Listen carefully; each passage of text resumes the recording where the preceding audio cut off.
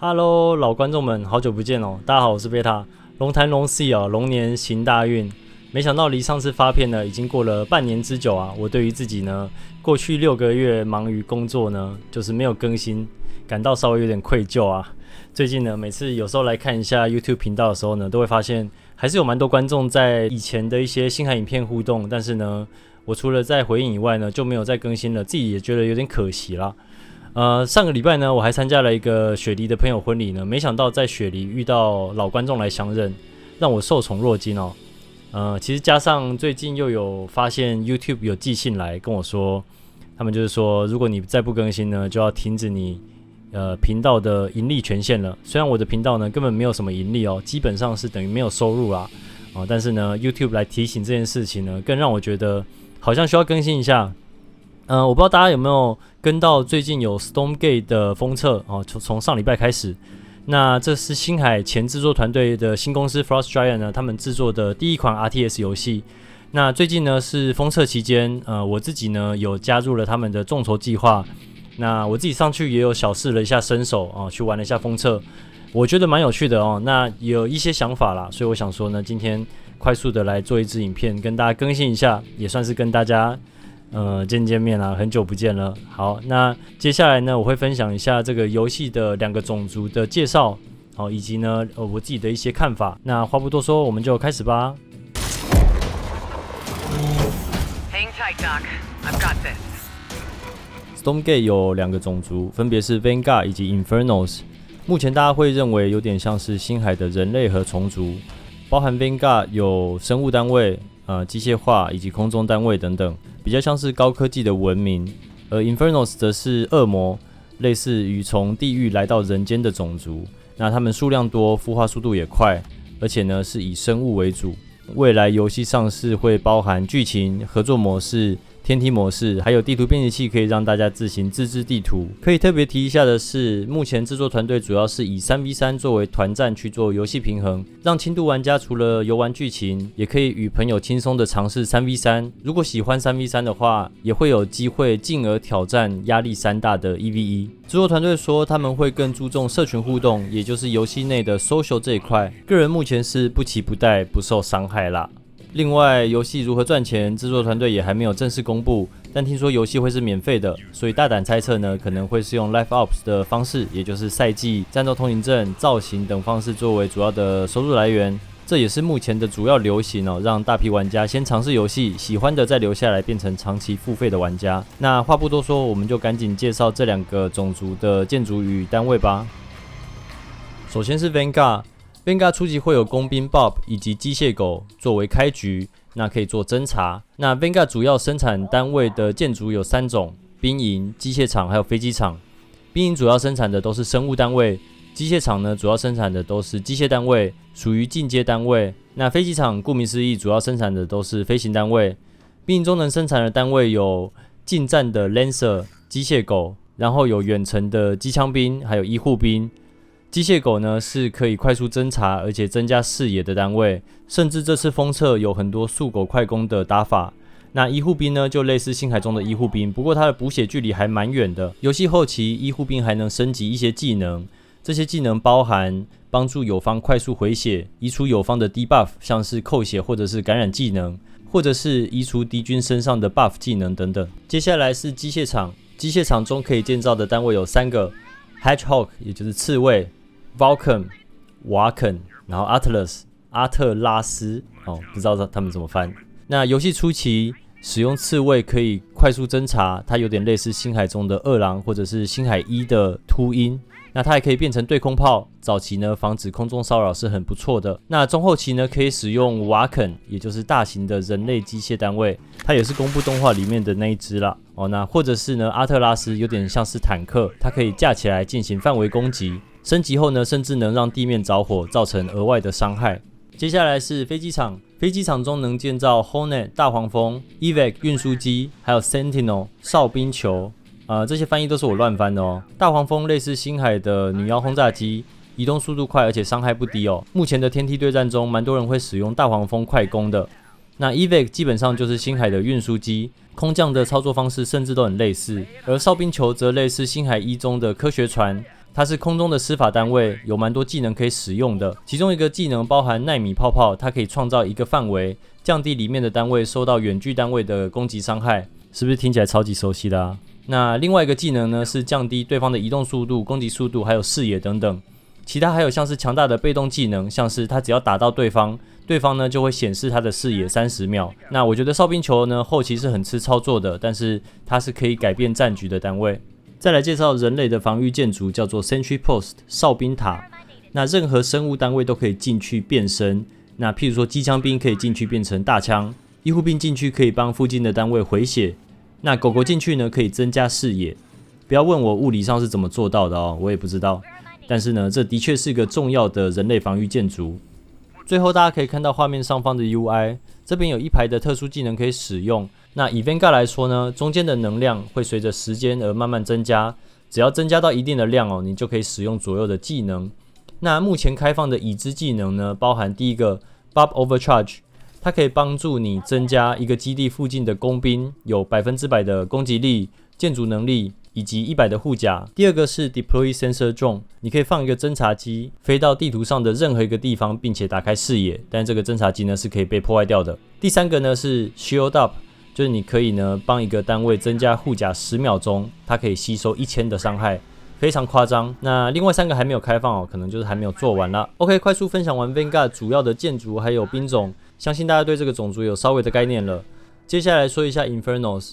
这是 Stormgate 公布的第2个种族，它有点像星海争霸的虫族，但是它的背景呢是来自地狱的恶魔。那工兵呢叫做小恶魔 Imp， 它会牺牲自己去盖建筑。Infernos 它也有类似重胎的系统，叫做 Shroud。那 Shroud 我还不知道它怎么翻译哦，所以我在这边先暂时叫它地毯哦。那它呢可以用来增加单位的白血条，有点类似星海神族的护盾。另外 UI 上方的数字叫 Animus 敌意。敌意不像 Vanguard 会随着时间慢慢增加，而是我方单位死亡时才会增加敌意。如果你的单位在地毯上死亡，敌意量会增加 50%， 也就能更快使用上方的技能。所以这张地毯相当有趣。当你在会战的时候，你会希望自己的单位尽量在地毯上，不但能恢复白血条，还能增加敌意。Inferno 在生产单位上也类似星海的虫族，它每个建筑都会有 charge， 最高可以有3个 charge。Charge 用完了就会再慢慢产生，就像虫族的幼虫一样，只要有 charge， 那个建筑就可以瞬间产生单位。也就是说，你可以比较被动的晚一点决定要生产什么单位。那 Infernos 生产单位的建筑也有3种，分别是一般兵营 Iron Vault、进阶兵营 Conclave 以及空军塔 Twilight Spire。那这当然也是我随便翻译的哦。那一般兵营中呢，能生产3种单位。最基本的是 Brute， 它是一个近战的大块头。那它有个非常强大的技能呢，就是可以把自己分裂成2个小恶魔 Fiends， 它们数量多，而且可以很快。目前是非常强势的初期单位。Brute 在升级后呢，甚至能分裂3只小恶魔。第2个单位叫 Magmadon， 它有点像是暴雪鹰霸的 ETC 牛头大佬哦，它可以冲刺晕眩敌人，然后可以撞树，把树撞倒。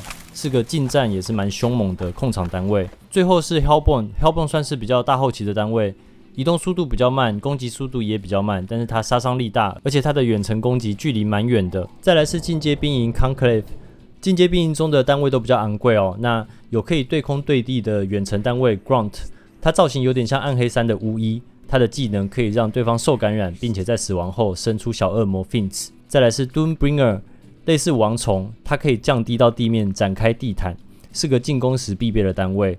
我觉得它的使用程度应该会比星海的王虫再多一点，毕竟就像前面讲的，恶魔的地毯功能还蛮多的。最后是大后期单位 Weaver， 它的攻击速度慢，但是它可以把对方拉到自己身边，类似虫族的飞蟒。有趣的是，它因为脚长哦，它可以直接跨过其他单位，有点类似巨象。那我觉得它整体造型还蛮酷的。再来是空军塔 Twilight Spire，它可以生产 Shadow Flyer， 这个是类似星海1的自爆虫，它会牺牲自己去撞敌方的空军单位。第2个单位是 Spriggan， 这个有点类似星海的飞膛，不过要海量还蛮耗资源的。以上就是所有能建造的单位，但是补充一点，前面讲的小恶魔 Imp 在后期可以透过研发升级变成会自爆的单位，想象它是会倒数计时的毒爆虫。那这个还蛮不错的哦，因为你必须要决定要攻击了才能变身，并且只有4秒钟能操作。那讲完了所有单位，我也来介绍一下 Infernos 的唯一防御建筑 Shroud Stone。那我就暂且叫它地毯塔哦，没什么创意啦。那它呢是 Infernos 用来防御的重要建筑，同时也是除了主堡以外唯一可以扩张重胎的建筑。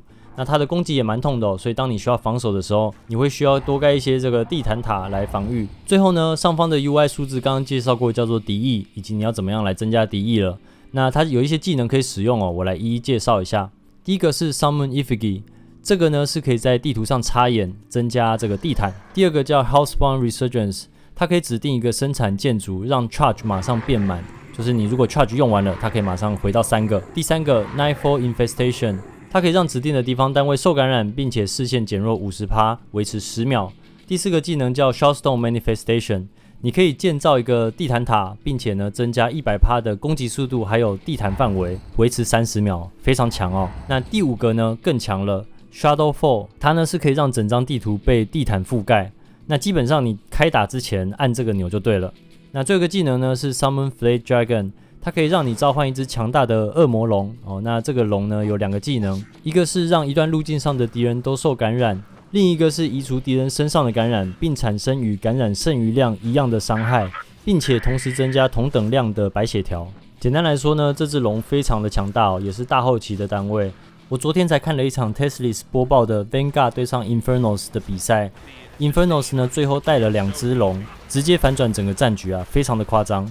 总之呢，以上就是 Infernos 的所有基本介绍。那影片的最后呢，我也来跟大家分享一下我的个人观点，还有一些优缺点优点的部分呢，我觉得建筑跟兵种的数量相较于星海或者是其他 RTS 来说，算是少了很多，需要使用技能的单位也相较比较少，这个对玩家的负担来说会比较小，新手也比较容易上手，那这个呢绝对是一件好事另外一点是这次的封测我几乎没有感受到延迟ping 似乎是非常的低，虽然我自己是从澳洲这边连线，但是我看北美的玩家有一些讨论，也说游戏几乎没有延迟。如果你这次也有机会玩到 Stormgate 的封测，也欢迎在下方留言区留言，跟大家分享一下你有没有遇到延迟的问题。再来是缺点的部分，我有蛮多想说的第一个是整体游戏节奏偏快，那如果你对于即时策略游戏的操作不够有信心，或者是呢没有一些星海或者是世纪帝国等等 RTS 游戏的基础，那你很有可能呢前期会被先电个10几20场，自信心可能很快就会被磨光，不够 M 呢是玩不了的啦。那第二点呢，目前的太多兵种设计有点太像星海或者是魔兽了，我觉得创新度的部分可以再加强，那这一点其实也会让我有点担心那第三点呢是美术风格，这次的模组风格以及目前释出的动画，老实说我都没有很爱可能地图为了要容纳大量的单位，模组简化到有点像粘土模型了，而动画的部分呢，的确也是比较像小 studio 做出来的品质，而没有那种 3A 大作感。国外甚至有人在讨论动画的音效跟画面也没有这么搭。那总之呢，我希望游戏未来中能有一些选项，让有高阶显卡的人呢，可以显示更细节的模型，还有更多的光影选择。最后，我觉得 Stormgate 是否能成功，除了高阶竞技的平衡性以外，它的故事剧情、合作模式以及社群功能，都会是让这些 casual 大量的玩家留下来的真正原因。那能不能留住玩家，并且透过有效的变现方式让公司赚钱，让游戏活下去，这才是这一款游戏真正的重点啦。所以我最后希望呢 Frost Giant 制作团队这边加把劲，把好的游戏呢推出来给喜爱 RTS 的大众朋友们。好了，以上就是这一次的影片内容，喜欢的话记得帮我按个赞，让更多人知道，以及分享给你喜爱 RTS 的朋友们。那我们就下次见咯，拜拜。